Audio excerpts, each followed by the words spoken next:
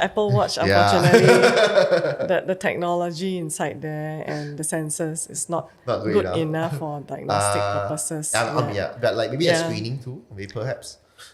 Some research is still being done.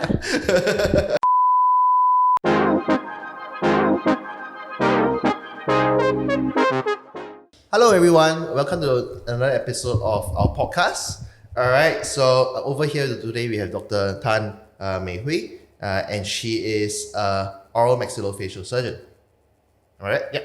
So Dr. Tan graduated from NUS, and then she further on specialized in oral and maxillofacial surgery. And then she's a very talented surgeon, okay, and her interest is in dental implants, teeth auto-transplantation, we gotta get about that later on, and then orthodontic surgery, which is basically surgery of the jaw, and also obstructive sleep apnea. So today's focus would be talking about sleep apnea and also other aspects of oral surgery that we don't really know of that we should know. All right. She served as the head and consultant of the OMS department at Changi General Hospital. And then she went to a few places before. And she has gone a few places before. So, and she also went abroad many times to Stanford University Hospital, to Changguan Memorial Hospital in Taiwan. And she's also the service chief for the NUS Duke Sleep Center, overlooking the dental sleep medicine services. All right, so she also teaches, and she has also won an award for teachers. So she's really, really talented. So I'm really, really pleased to have her on board here today. All right, welcome, Dr. Tan. All right, Hi, Justin. Thanks for having me. All right, so let's talk more about sleep apnea. All right, so what is sleep apnea? Sleep apnea is actually the collapse of an airway during sleep, when there is an effort to breathe, and yet the upper airway is actually collapsing and obstructing. And that results in what we call obstructive sleep apnea. Okay. Are there other forms of sleep apnea? Yes. There is a central sleep apnea. And so that happens when there is an effort to breathe. Yeah. But, let me repeat that. The central sleep apnea is when there is no effort to breathe. The brain is not sending a signal for the patient to breathe. And so then there is no breath and no oxygenation happening. So then that's central sleep apnea. And that's not due to an obstruction of the airway. It's not due to like collapse of an airway. It's just there is no signals from the brain to breathe. Yeah. Okay. That's a lot more alarming. All right. So and people always say, if I'm snoring, is that considered sleep apnea? So snoring alone may not represent sleep apnea. Yeah.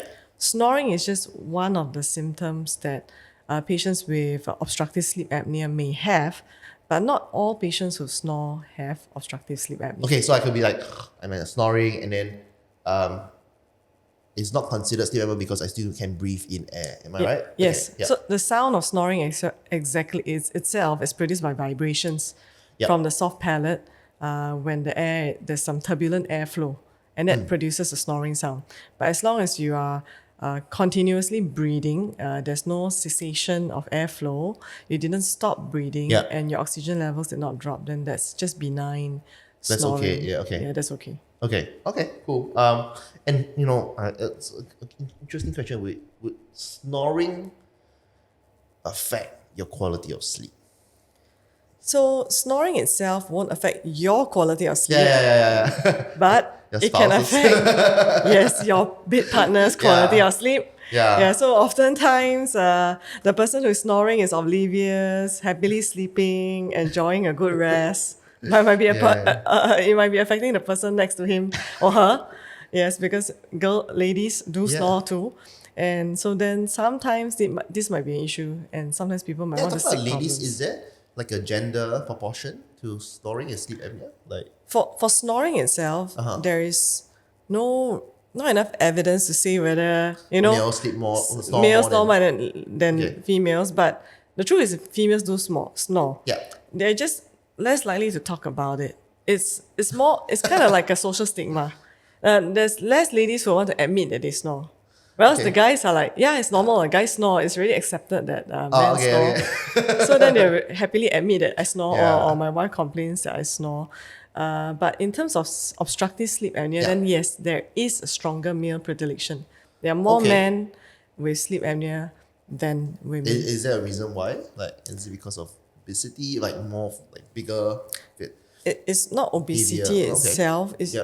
We don't really know the exact causation in it, but there's just a very strong gender link. Yes. Really? Okay. Yes, for obstructive sleep apnea. Okay. Correct. Okay. And so, like, I mean, it sounds very scary really when people say that you're not breathing intermittently, right? Because sleep apnea is like, how you sleep, how you have sleep apnea is when you're snoring, then you get really sort of high frequent breath, like then you're like trying to gasp for air, right? Am I right? Or there can be silence. Okay, there can be silence, right? There can be silence where there's really no breath, no air that's passing through, and there's just silence for a period. And then the next moment, the patient will actually start snoring very loudly again. That's when there's an airflow again. Or the patient actually wakes up, just a little, we call it arousal, micro arousal, and it's like the brain is sending a signal to say, wake up and breathe. And so the patient just shifts a bit, wakes up a bit, and that's enough to disrupt their sleep cycle. Okay. And that can be disruptive to the rest, the kind of restful sleep that they can get as well. Yeah. Okay. And like what are the, I mean, obviously it's not great for the body, I would think, but what are the serious sort of health consequences for that, Well, obstructive sleep apnea has been linked to many comorbidities such as high blood pressure, diabetes, increased risk of cardiovascular heart diseases, and even leading to heart attack and stroke. And it has also been linked to dementia, cognitive decline, because of the lack of oxygen to the brain.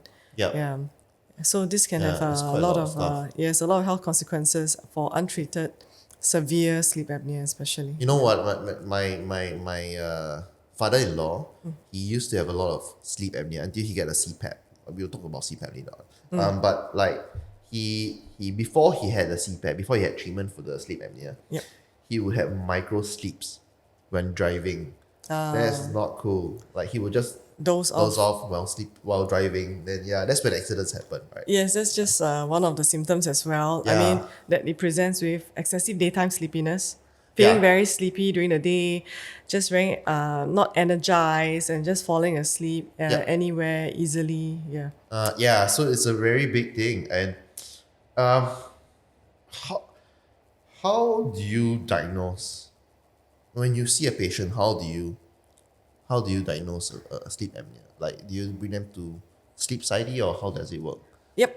So basically, the diagnosis of sleep apnea is through a sleep study. But of course, we will look for signs and symptoms. We do a clinical examination first and see whether they present with some risk factors, and through a questionnaire, just like the stop bang questionnaire, where we assess for snoring, tiredness, obesity, and in the Asian... Stop bang, stop bang.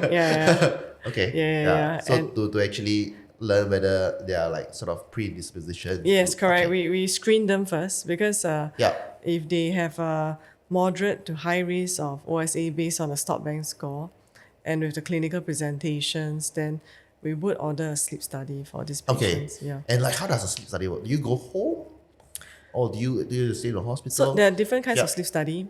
So a level 1 sleep study, what we call as a level 1 polysomnography, is a study that's done in a hospital or in a sleep lab.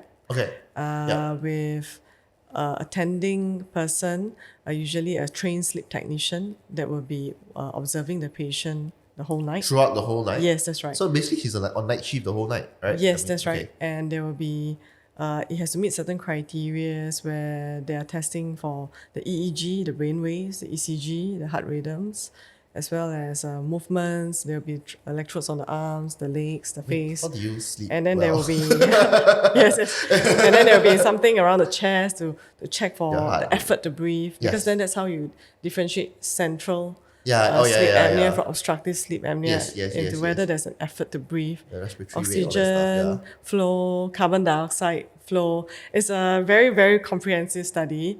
And this study doesn't only test for sleep apnea, it can test for other parasomnias as well. Okay. And so this is a level 1 study. Yeah. The level 2 study is with the same kind of testing parameters, but can be done at home. So instead of in the hospital, you're doing it at home, but you're unattended. So there's nobody watching you. So what happens, the level 2, it sometimes be slightly inferior to the level 1 is if the electrodes come loose. There's nobody to go in and rectify it and to make sure that the recording is accurate. But in the level 1, because there's someone watching you, then so easily they will just come in, and just fix whatever that's loose, it's the signal that's loose, so you can get a really good, accurate recording. And then the level 3, which is a home sleep study, that can be done as well, is a very much simpler device. Usually level 3 is only for detection of obstructive sleep apnea. Does you need to go for level 1 or 2? A level 3 is good enough if you're just trying to detect obstructive sleep apnea and there's a very high index of suspicion. So you can do a home sleep study. It can be in a form. There's many devices like a watch pad, a balance ring. There's many devices that can be done nowadays. That's available in the market. I mean, even the it's Apple wearable Watch as well. You can actually the Apple Watch, unfortunately, the technology inside there and the sensors is not good enough for diagnostic purposes. But like maybe a screening too, maybe perhaps. Some research is still being done. Not yet approved for that as well. Good to know, because that means to say that if your Apple Watch tells you that you don't have sleep apnea, you might still have sleep apnea, right? Because maybe it's not as accurate. Yes, right? Possibly. So still might want to go and see a doctor for it. Okay, that's a good take home. And I would say that a lot of people have sleep apnea, just that it's not really diagnosed properly, or like not even diagnosed at all, right? Yes, possibly. Because it's like so silent, right? Nobody really know, right? Silent or maybe very loud at night. But like let's say you're sleeping alone, yes, you wouldn't know, right? I mean, you would just say I'm tired, but people might say, "Oh, I didn't sleep well, or I didn't sleep enough. Yes, I need to sleep more," kind of thing. So, or I have I just don't feel motivated to come to work, sort of thing, right? And so it's very undiagnosed, and I would say more in the Asian culture. Well, I think in the recent years, there's more awareness about obstructive sleep apnea right now, but yes, it's still very much not as known. And I mean, there was this study that was done back in 2012. There's a Singapore population study, and from that sample, they actually found that up to 30% of people in the population have moderate to severe sleep apnea. 30%, that's a lot. That's a lot. And even then, and out of these people that they sampled to just do a random sleep study, 90% had never had a previous diagnosis. Only 10% had a previous diagnosis of sleep apnea. Okay, wow, that's a lot. So it shows that, but of course that was back in 2012 when this study was performed, but that still shows that there's still potentially 90% of people with sleep apnea that has not been diagnosed. Has not been treated as well. That's quite severe, really, really. And let's go on. So as a dentist, general dentist, and there's quite a number of general dentists watching this video as well. How do we actually detect? How can we sort of screen patients? I think being a dentist, there is we have certain trainings that allows us to look out for certain things that have been associated with sleep apnea. Firstly is the skeletal form of the patient. So patients with skeletal 2, meaning a more convex facial profile with a smaller jaw. Smaller jawline, short chin throat length.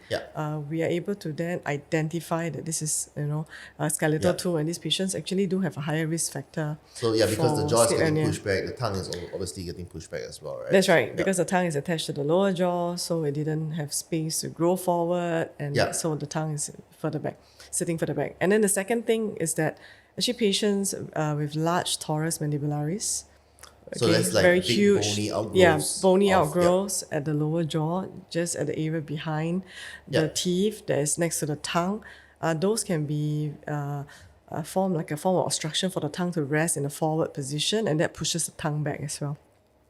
So studies have shown that that's one of the very easy predictors, strong predictors for obstructive sleep apnea as well. And of course, we always look into the patient's mouth, regularly.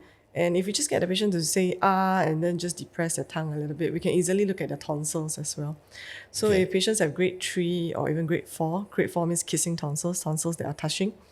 And grade 3 is like occupying about 75% of the oropharyngeal space. And these are also strong predictors for obstructive sleep apnea. So it's just like and then just maybe depress the tongue a little bit. You can easily look at the tonsils. And also like a narrow arch, I think. So surprisingly, a narrow arch form itself, it's not really proven as a strong predictor of sleep apnea yet. There might be other factors involved as well. So yes, maybe that can be a form as index of suspicion. For patients with sleep apnea and to assess for other clinical signs from there. But definitely, the other thing that dentists are very good at picking up is bruxism. When we see patients, so patients with severe wear facets on the teeth, multiple cracked teeth, history of cracked teeth, So bruxism has also been very closely linked to sleep apnea. So patients are grinding at night. Grinding or clenching. Clenching at night because of sleep apnea. And how does that usually work? Actually, the causation factor is not very super established, right? Yet. There's still a lot of research going into that. There's one theory is that the bruxism itself is to prevent the jaw from falling back, and therefore as a protective mechanism for the airway. However, it's still not very strong. Evidence for that is still not very strong. So because there are events that happen after the obstruction and after the arousal. Could be also, they say it's like a central pattern generation kind of thing also. They're both sleep disorders, but they're very closely linked. As high as 50% of sleep apnea patients have bruxism. And so that's something that we just look out for. It's just like what comes first. Yes. Yes. Yeah, so okay. So if it's a bruxism, so it doesn't really matter whether it's clenching or grinding. Yes. There's no. Okay, cool. Oh, that's good to know. All right, so let's go on to like this. I also was reading about AI. Now there's a lot of AI going along, and there's people like there's exams like tests that you can do online. That actually one of our friends developed it. Somnus Sleep.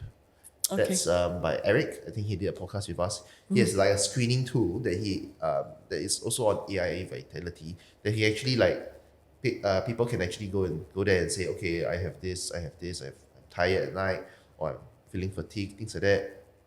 Then you can have a score. Then he said, okay, you go and see a doctor or see someone, like an expert to get it done. But that's like sort of some way you can actually do like a self-screening. Self-screening, and then you can go see a doctor for it, right?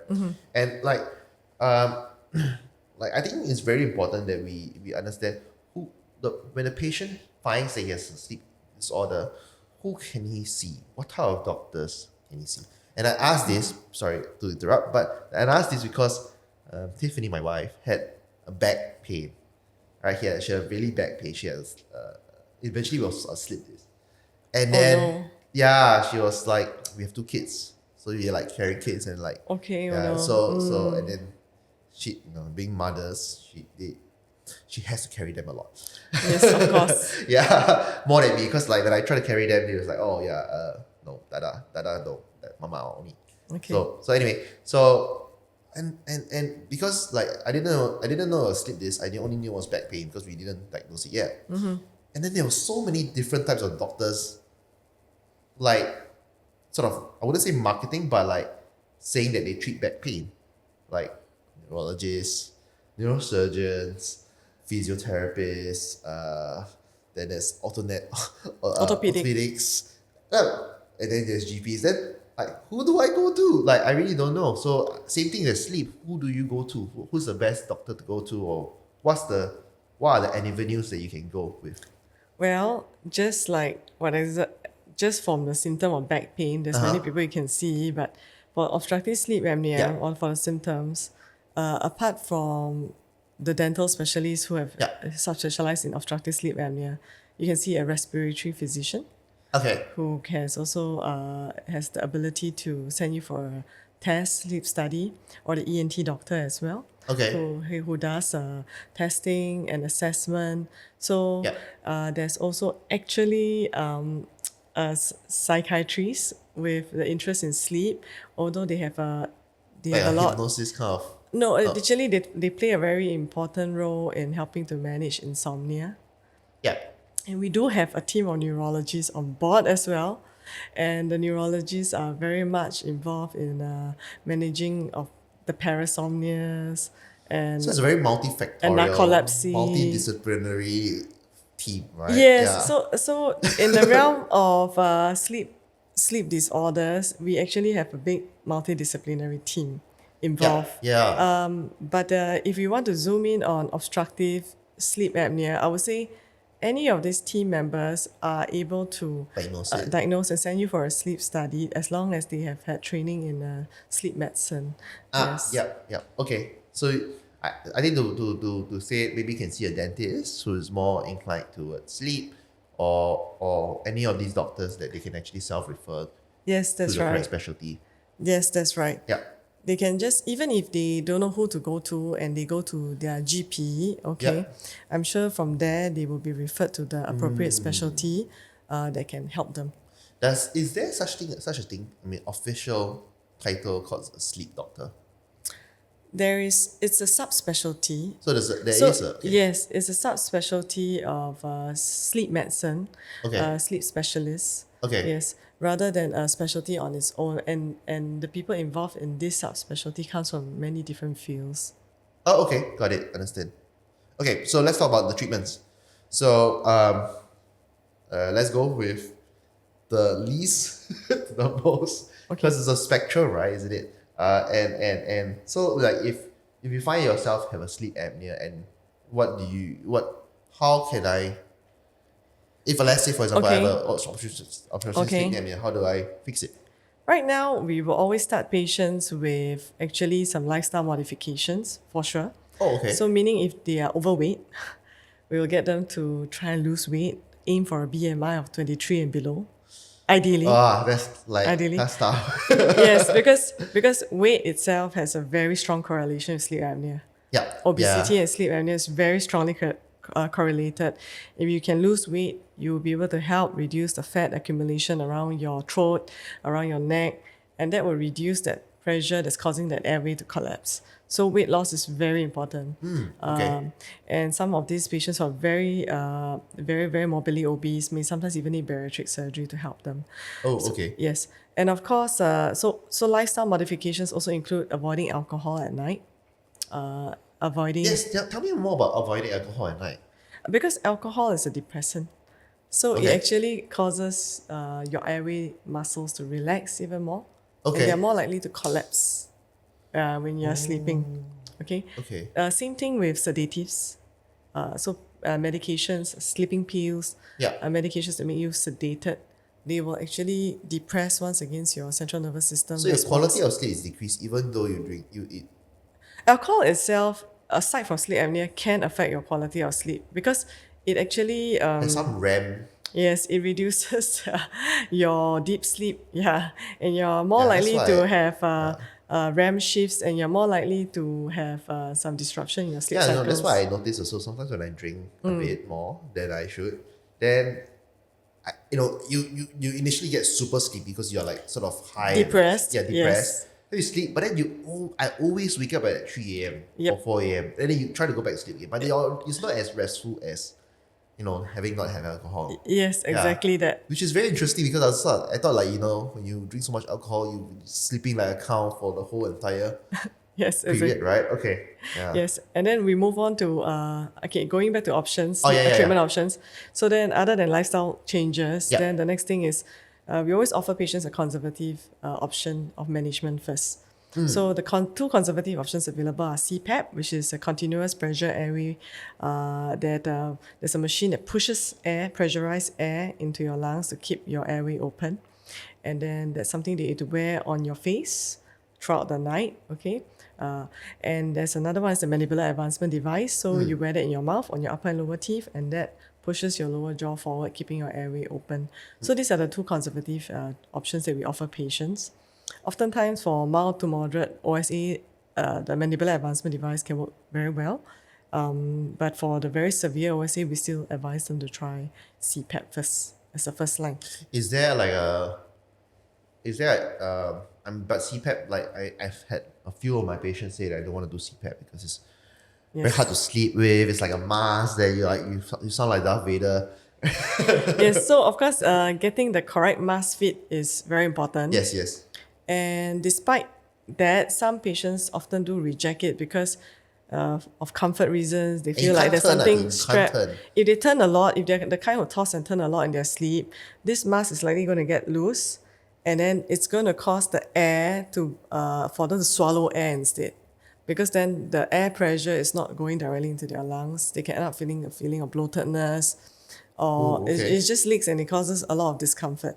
And yes, it kind of sounds like a bit like Darth Vader because the machine is having this pressurized sound next to them. Yeah. Although I would say the sound itself doesn't affect them, it may affect the bed partners. Yeah. It's like you escape from snoring, but you go to Darth Vader. Yes. So unfortunately, the acceptance of CPAP is not very high.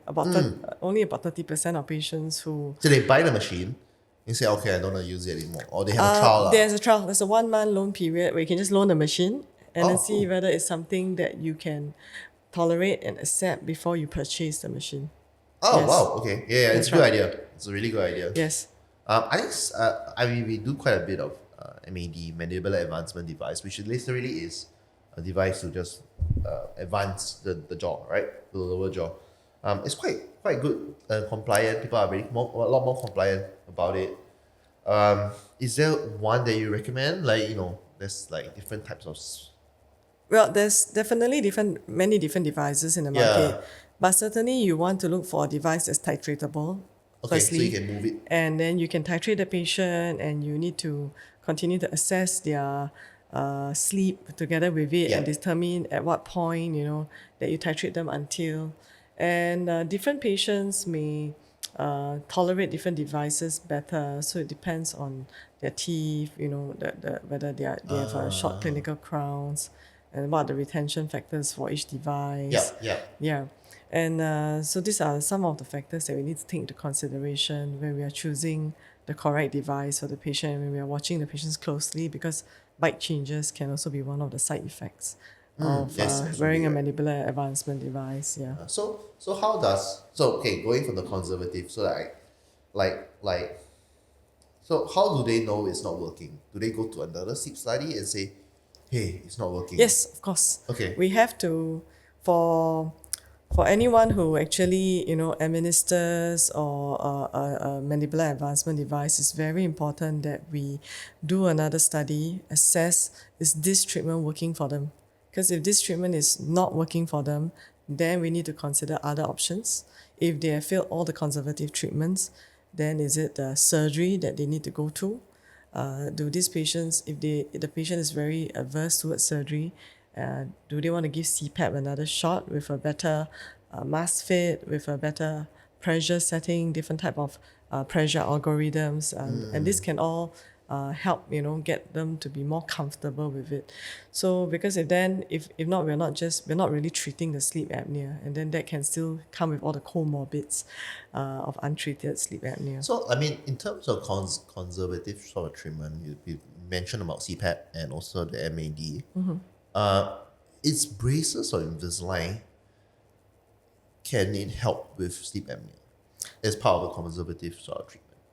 Unfortunately, braces alone is not going to be able to treat sleep apnea. Are you talking about in the sense of expansion?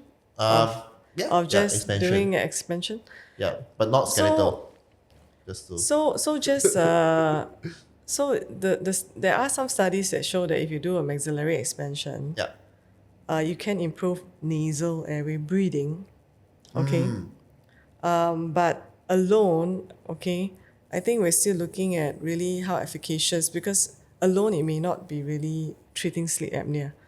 There are many, even nasal surgery, just removing the enlarged turbinates or deviated septum that's causing nasal obstruction, can have some effect for mild sleep apnea. So I think for the same reason, the expansion that increases the airway, the nasal airway width, and therefore reduces the nasal obstruction, can perhaps help for only the mild cases. Okay. But alone is not going to be able to maybe do a very significant effect on the moderate or even severe sleep apnea. Yeah. Okay, got it. Okay, cool. So let's talk about surgery. What do you do? Seems like you got to cut out stuff to remove the obstruction.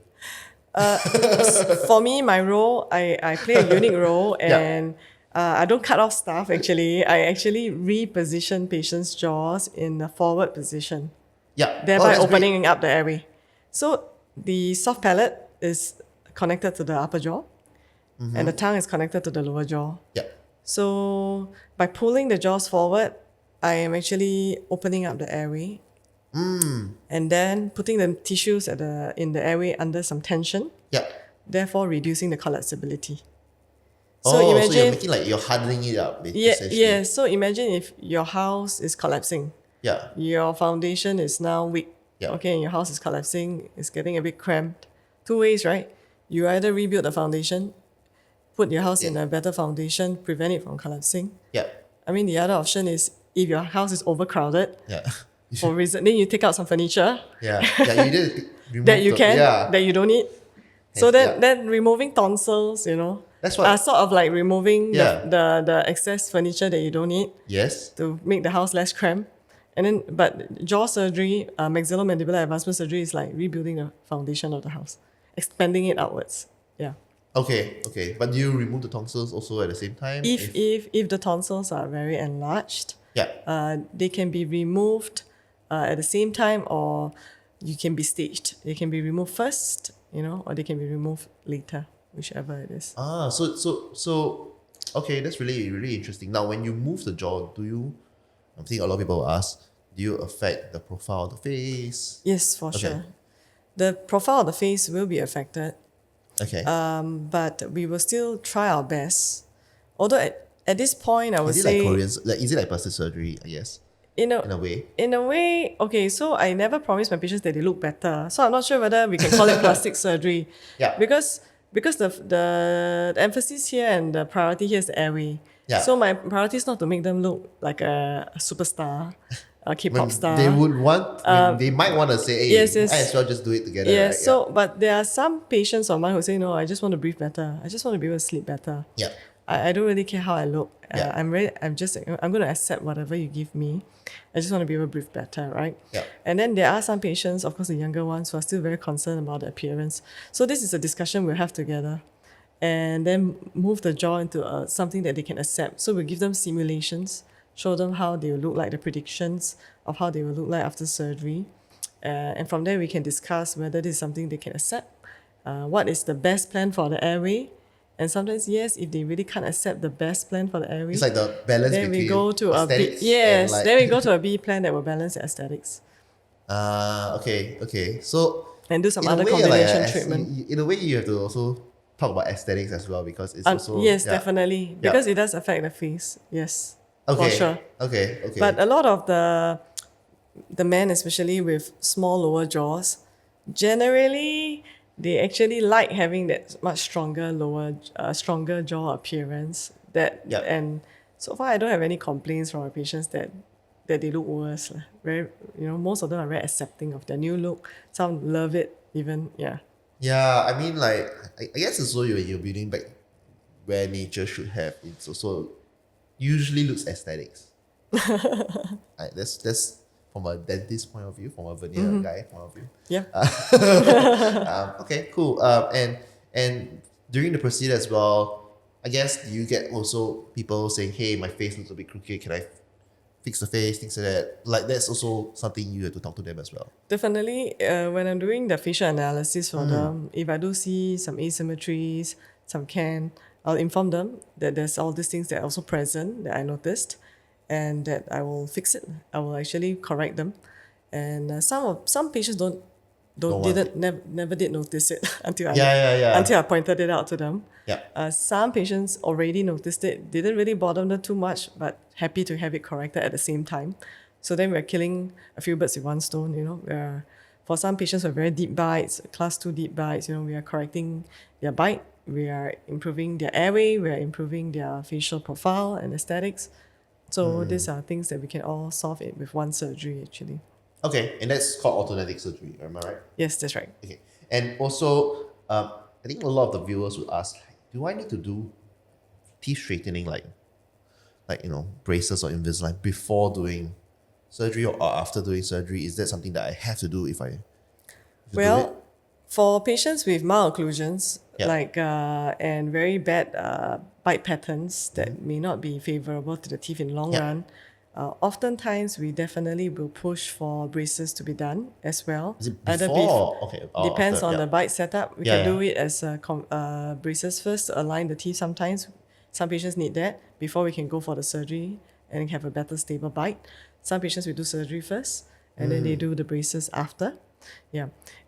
However, we do have another group of patients that they might actually already had a round of braces done. When they were younger, when they had a class 2 bite, they already extracted 2 upper premolars. Yeah. They already camouflaged their bite. Some even extracted 4 teeth and camouflaged their bite. Yeah. And so for this group of patients, we actually offer surgery only. Just by keeping the bite and then moving the jaw So forward. you're literally, the bites like that, you're just literally moving it forward. Like Yes, and maybe some Like rotations tilting. Okay, yeah. and things like that. But Okay. yeah, just keeping But in the bite. the same coordinates. Yes. Okay. That's right. Cool. Wow. Okay. Yeah, because I think there's a lot of misconception that people say, hey, you're gonna move your jaw forward for the airway, you have to do some Invisalign first or braces first to sort it out, which is a lot more time consuming and people might not want to do it. Yes, that's right. Okay, cool. And after, if I do the surgery, what's the recovery period like? So I always tell my patients that prepare for 1 month of downtime. 1 month. Okay. Yes, their face is really going to swell up. Yeah. Okay, and I even use the word 猪八戒, or even like, you really swell out like a fishball sometimes. Okay. And it'll take time for all that swelling to go down because of the surgery. And usually by 1 month after surgery, they are looking very pretty much back to their a normal appearance. I would say a changed appearance, but at least the swelling is mostly gone. They are able to resume their daily activities. They are able to, at that point, go back to even rice, for some patients, or at least not hard food yet, but at least quite a normal diet, avoiding hard food. Yeah. Okay. So for the first month, what's the diet like? The first 1 to 2 weeks would be, first 1 week will be liquid diet, actually. Okay. We'll give them a special drink, that's all the nutrition that they need for a meal replacement. Okay. And then the second week onwards, they're on pureed food already. So they can be on thicker soups, they can be on things like yogurt, soft-boiled eggs and steam eggs and stuff like that. And then slowly from there, and porridge, of course, like baby porridge. Okay, everything has to be rinsed. And then slowly we step up the consistency of their food from there. So by actually 4 to 6 weeks, they're actually back to rice and noodles, but avoiding hard food still for at least a good 3 to 6 months. Yeah. Now, if you think that the jaw is sort of, what if a patient says, hey, my jaw is really nice, really, I don't want to change my profile at all. Can I just remove the obstructions, like the stuff in the way? So if the patient is not willing for a change in appearance, then of course MME surgery will not be for them. Yeah. And then in this group of patients, if they have also failed conservative therapy, it would be best to do DISE, which stands for a drug-induced sleep endoscopy, which means we put them in an artificial sleep state. Okay, and then this usually is done by the ENT doctor. So then they will do a scope, okay, to see where is the areas of obstruction. Okay, and from there they can decide which is the best soft tissue surgery that is for them. Because soft tissue surgery is not a multi-level surgery. Multi-level meaning targeting all levels of the upper airway. They are often very targeted at certain areas, okay? And so they need to actually see where's the areas of obstruction to decide what surgery would do and would be effective for them. Yeah. Okay. Even for the hypoglossal nerve stimulation, which is one of the I would say latest invention in sleep apnea therapy, is they need to actually see whether they meet certain criteria. What is the pattern of collapse of the airway in the sleep, and whether they're suitable candidates for it. Oh, Yeah. okay. Got it. No, because I got a few patients of ours to say, I don't want to move. I'm happy with my face. I just want to cure my sleep apnea once and for all. Okay? Yeah. Unfortunately, no magic. No magic yeah. surgery that can. Every patient is unique. Yeah. Every patient. Yeah, you're right. And is there a reoccurrence again? Like after you do a jaw surgery? Yes, I always tell my patients that sleep apnea can recur, because if they put on a lot of weight, then obesity becomes a factor that can cause sleep apnea to recur. And as we age, as we grow older, we will lose muscle tone again. Yeah, become more flabby, basically. Yeah, everything becomes more flabby. So there's that possibility of it recurring again with age. So healthy lifestyle, important. Yeah. And also keeping yourself, in a fit and healthy condition is very important. Yeah. Okay. I think people will always ask, what if I just sleep on the side? Will it be better? Well, possibly. The tongue goes down, right? The tongue may be less likely to fall back. Yeah. But some patients, not all patients are positional sleep apnea. So based on the sleep study, we can tell, based on the sleeping position, really? whether they are more of a positional, affected by position or not, and whether positional therapy is going to help with them. So for these patients, yes, we could do if they're very mild. Positional therapy alone could be sufficient. Otherwise, we might use some combination of mandibular advancement device and positional therapy. Yeah. Very cool. Very, very cool. Now, with all this, I think there's a lot of hype about sleep medicine now. It's like, I think in Singapore it's getting really, really, really popular. Everybody's talking about it. I got some patients just coming to me and say, I want to get a sleep apnea device. I don't want a sleep study. I want to just try it out and things like that. And it's getting really popular, I said. So, and what do you think sort of fueled this whole entire interest? I think over the past few years, all the specialists in sleep medicine have been putting up more efforts in increasing the awareness of sleep disorders. Yeah. So with that, with all the education and with all this, I would say, awareness that's been going outreach, then patients are getting more and more aware of it. And of course, with even celebrities coming out and telling people that, hey, actually I have sleep apnea. Yeah. And after being treated, it kind of changed my life. And these people did help to create more awareness of it and more acceptance about it, about having these sleep disorders. Yeah. So it's good that there's people that are getting more aware of it.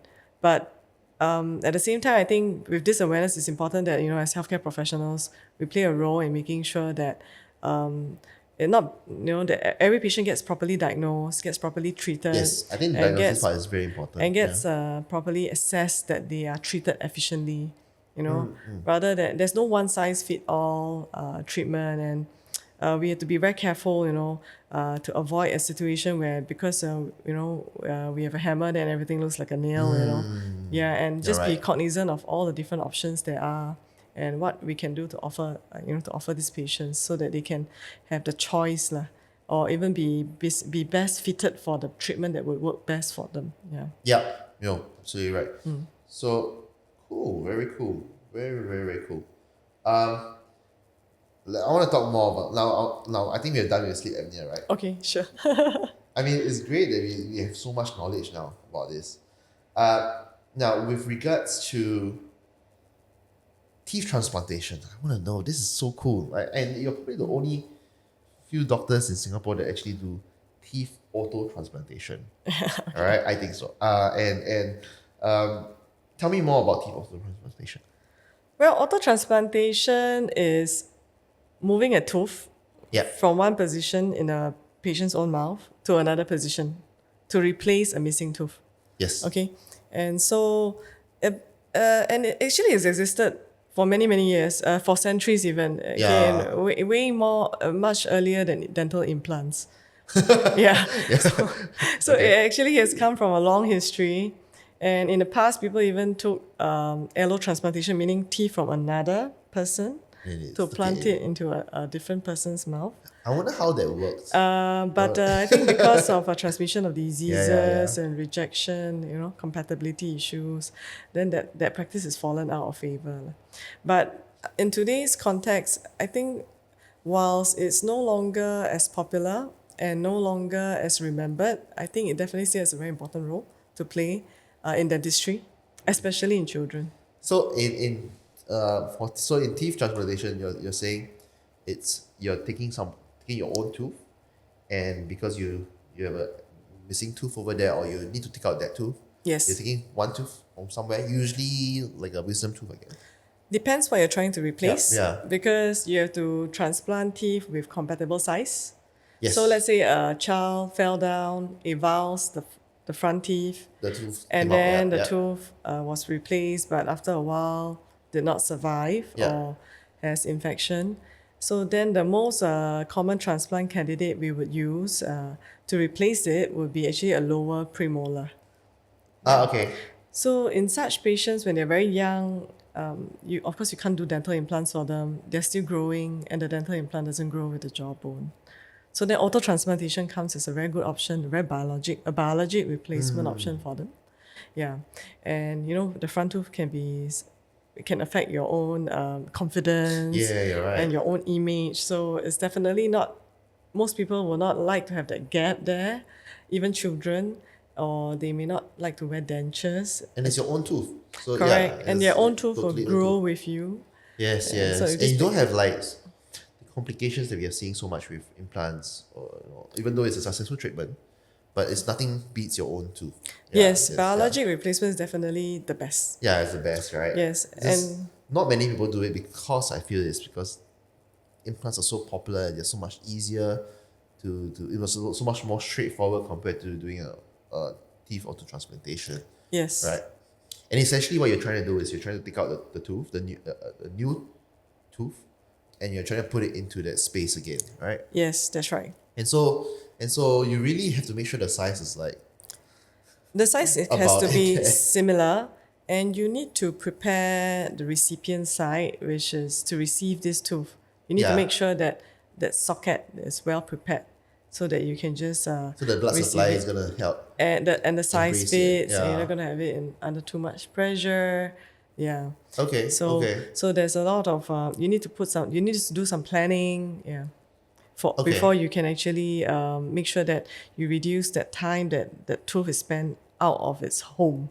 Yeah, out of this biologic home. Yeah, usually my transplant is out and in 5 seconds. And done. Because you want to make sure that there's no cells that die. Yes, correct. And all the cells survive so that they can form a healthy connection again. Yes. Okay, that's real cool. And can you tell me, because I'm sure there's a lot of also people who listen who are also having missing teeth. A lot of them are on the molars, right? Mm-hmm. So because that's where the most common area of tooth loss is, right? Yep. And so, is it possible for us to take a wisdom tooth and then put it onto this side? Yes. And it's in a perfectly healed side. How does that work? In a perfectly healed side, it's possible to do an auto-transplant. Mm-hmm.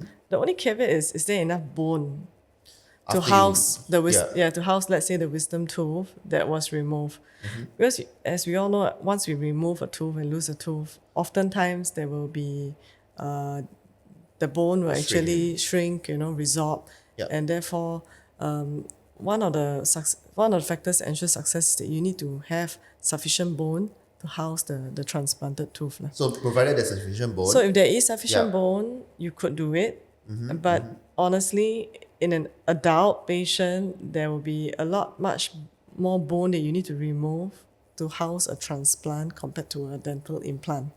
Yes. But some people are very holistic in yes. mind. So, but if there are some patients who are very adverse against implants, yes, definitely. And if there's sufficient bone, It's possible. then auto-transplant is definitely still a possible option, replacement option. Yeah, I think the key is, the important thing is whether there's enough bone. And often, like you say, it's not enough bone at all. Yes. So I have done transplants of wisdom teeth to molar sites, usually simultaneously removing the broken down tooth. And then transplanting. The hole is already there, and the bone is still haven't strengthened yet, right? Yes, that's right. Okay. And with, as long as, even if you don't have 100% bone, actually the periodontal ligament cells, the PDL cells, have the ability to regenerate and form new bone.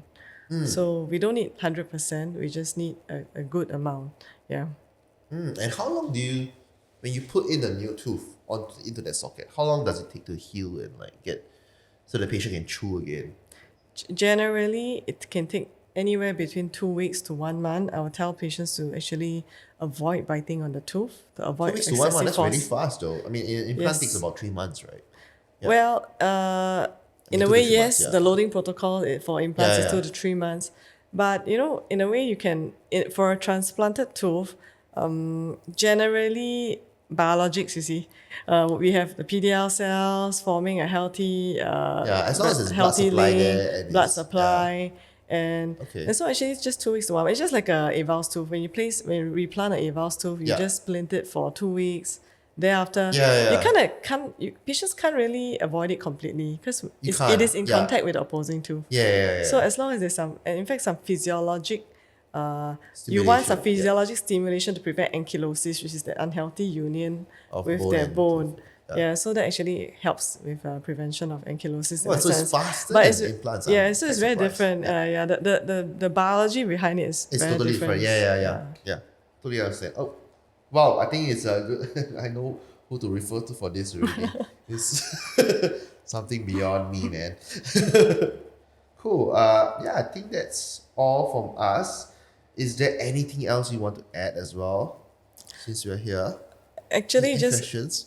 I'm just really happy to have this opportunity to share more about obstructive sleep apnea and I guess a little bit about auto-transplant. I know I really enjoyed this conversation. I think that it is sort of, there's a lot of, I wouldn't say alchemy, but there's a lot of unknowns about, or folklore about sleep apnea, right? There's also people saying, hey, you gotta sleep, you gotta try this special pillow or special bed, like things like that, and then a different scent. I mean, this may work or play a factor in this, but it's so multifactorial that we sort of need to get an expert to talk about it and learn more about it. I guess for the general population, generally when it comes to sleep, there's a lot unknown. When you talk about those special pillows, special scents, because sometimes people who have trouble, they don't know what's the issue, you see, whether is it insomnia, whether is it difficulty falling asleep. Some people have difficulty maintaining sleep, and this could be, there can be many causes, multifactorial, and why they are tired in the day. Sometimes it's not all just sleep apnea. It could be the other factors in their sleep. And that's why there's a lot of folklore about how things can be done. But most importantly is if they feel like there's something that's bothering them, affecting their quality of life, that they seek help, come and see a sleep specialist. And from there, we can look at it, help them look at it in a holistic way and see exactly what is the cause. But sometimes it may not just be obstructive sleep apnea itself. There can be other issues that is affecting their sleep. Yes. I want to ask a question before we finish. There are a lot of people asking us about kids having sleep apnea. Yes. And my kids are snoring. And my kid was snoring. And I know how I handled it, but what's your management? People ask you like, oh, my kid is snoring or. So for children, I think oftentimes they might actually have some form of nasal obstruction. Okay, and one of the very common cause of them snoring, apart from nasal obstruction, is enlarged adenoids or even enlarged tonsils. Children do have enlarged adenoids and tonsils, and oftentimes they will shrink as the child ages. But if it is something that's affecting their sleep, causing them to have noisy breathing in their sleep or not sleeping well, then they should be assessed. They need to be checked and see whether... Because they're not supposed to snore, right? Yes, unfortunately, children are not supposed to snore. They're supposed to be very good sleepers. Yes. Because people, I think parents think that, hey, snoring so cute, like things like that. But it's not. It's bad for your kid. Yes, it's not good. So I think it's important. And for the children, because of these factors, I would say it would be good to see a ENT specialist to be assessed and to see whether could it be allergic rhinitis causing a lot of mucus production. And minimally, these children may need to be placed on a nasal spray to help with the congestion. And some nasal wash as well. Nasal wash followed by nasal spray. And if really, if it's enlarged adenoids and tonsils, then we need to observe, is it how badly enlarged? Do they need to be removed in the severe cases? Or can we adopt a watch and wait and see whether that improves with time? Yeah. Yeah. I mean, coming to my own story of your own my son, kid, right? my kid actually had snoring when he was sleeping. He was only like 2-3 years old, and then we saw an ENT, and then he had to. But during that time, we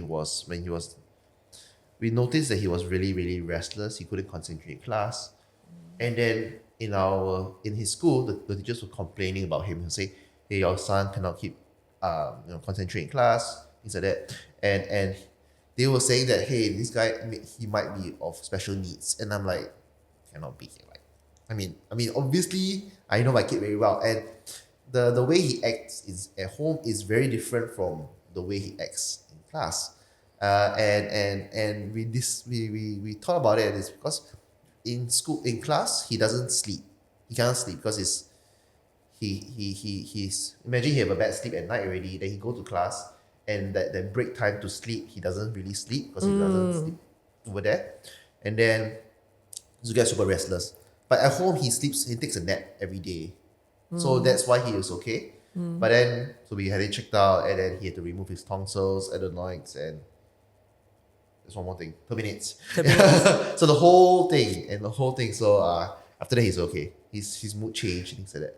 Fantastic. Yeah, but it's so hard to define. And I'm sure, luckily I'm a medical professional, so I could tell the difference between the special needs and things like that. But it could really go into a rabbit hole of like, okay, a wrong diagnosis will set you on a different path, because imagine he was said to be a special needs and he goes into a different path of education, things like that, which a proper diagnosis is so important.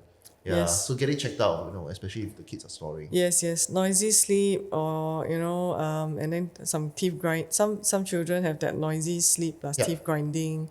Yeah. So these are all things that might be signals. Yeah. How we Signaling actually something found out, more. right, was because we had a webcam in our room, and then the webcam will detect movements, right? So then when it was like, how come my webcam is detecting movement? Like, it was at least like 40 times a night of moving. So he'll be flipping, He'll just tossing, flipping, turning. or he'll sit up and then he'll go back down. Yes. Yeah. Then you're like, oh no, there's something wrong. So that's his body trying to tell him to breathe. Yeah. Yes. Very, very. And then the thing is that he doesn't remember at all when he wakes up. And he's like, oh, I had a good sleep. Then you're like, yeah. For children, it's very hard for them to tell. They don't know how to tell what's wrong. They are very young, they may not have that language to communicate as well, and they may not have that awareness. You're right. It's important that it's good that you are very quick to pick it up and then get him help. Luckily I'm in the dental profession. We can pick it up earlier. Yes. Okay. So I think with that, thank you so much for having us today. No, thank you for having me. It was so good. I look forward to coming back. You coming back again. Okay. Thank you for inviting me. Thank you so much, everyone. Thank you, everyone. See you then. Bye.